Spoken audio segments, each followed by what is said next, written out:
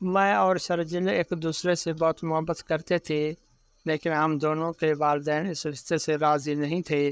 ہم دونوں کو ایک دوسرے سے علیحدگی برداشت نہیں تھی۔ آخرکار ہم دونوں نے وہ قدم اٹھانے کا فیصلہ کر لیا جو کسی کے بھی والدین کے لیے انتہائی شرمندگی کا باعث ہوتا ہے۔ لیکن اس وقت ہمیں کسی چیز کی پرواہ نہیں تھی، پرواہ تھی تو بس اپنی۔ میں نے اور شرجیل نے ایک دن تعین کیا اور پھر ہم نے بھاگ کر عدالت میں جا کر شادی کر لی۔ کچھ دن بعد ہم شرجیل کے دوست کے گھر رہے، پھر انہیں نوکری مل گئی تو ہم نے ایک الگ گھر کرائے پر لے لیا۔ ہماری شادی کو 4 ماہ ہو گئے تھے اور ان 4 مہینوں میں جیسے شرجیل نے مجھے دنیا کی ساری خوشیاں دی تھی، وہ میرا بہت خیال رکھتے تھے اور مجھے بہت پیار کرتے تھے۔ ان مہینوں میں شرجیل نے مجھے کبھی بھی طعنہ نہیں دیا تھا کہ میں گھر سے بھاگی تھی۔ شرجیل یہ جان کر بہت خوش تھے کہ وہ پاپا بننے والے ہیں۔ اب تو وہ میرا اور بھی زیادہ خیال رکھنے لگے تھے۔ انہوں نے گھر میں ایک نوکرانی بھی لگا دی تھی جو گھر کا سارا کام کرتی تھی۔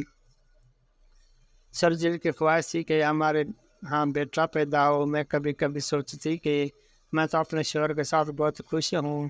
لوگ غلطی کہتے ہیں کہ گھر سے بھاگی ہوئی لڑکیوں کی کوئی عزت نہیں ہوتی۔ پھر ہمارے یہاں بیٹا پیدا ہوا، ہم دونوں ہی بہت خوش تھے۔ شرجیل نے اپنے گھر والوں سے رابطہ کیا اور انہیں بتایا کہ وہ ایک بیٹے کے باپ بن گئے ہیں۔ شرجیل کے گھر والوں نے کہا تھا کہ وہ ہم سب کو لے کر واپس آ جائیں۔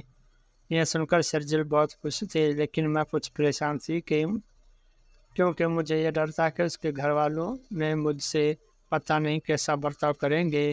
آخرکار شرجیل کے کچھ کے آگے میں نے ہار مان لی اور ہم شرجیل کے گھر آ گئے۔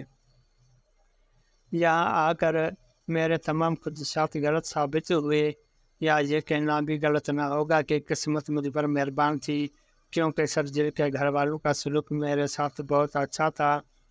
مجھے بھی یہاں ویسے ہی عزت دی جا رہی تھی جیسے میری جھٹانی کو دی جاتی تھی۔ میری واپسی آئے 3 سال گزر چکے تھے اور اب بھی شرجیل مجھ سے ویسے ہی محبت کرتے تھے۔ ایک دن میں ہمت کر کے اپنے گھر گئی اور رو رو کر اپنے والدین سے معافی مانگی اور آخرکار انہوں نے بھی مجھے معاف کر دیا۔ یہ سب جان کر بہت خوشی ہوئی کہ میں اپنے گھر میں بہت خوش ہوں اور عزت سے زندگی گزار رہی ہوں۔ اس بار جب میری گود بھری تب بھی شرجیل کے یہی خواہش تھی کہ لڑکا ہو۔ اس بار مجھے ان کی بات کچھ عجیب محسوس ہوئی، لیکن میں نے شرجیل کو کچھ ظاہر نہ کیا اور پھر ہمیں اللہ تعالیٰ نے ایک بیٹی سے نوازا۔ میں بیٹی کو پا کر بھی بہت خوش تھی، لیکن شرجیل کچھ خوش نہ تھا۔ وہ بیٹی کو میرے پاس بھی رہنے نہیں دیتے تھے اور پھر انہوں نے مجھے بتایا کہ وہ یہ بیٹی اپنی بہن کو دے دیں گے۔ جب میں نے شرجیل سے اس کی وجہ پوچھی تو وہ سن کر تو جیسے مجھ پر قیامت ٹوٹ پڑی۔ ان کا کہنا تھا کہ میں ان کی عزت ہوں اور گھر سے بھاگنے کا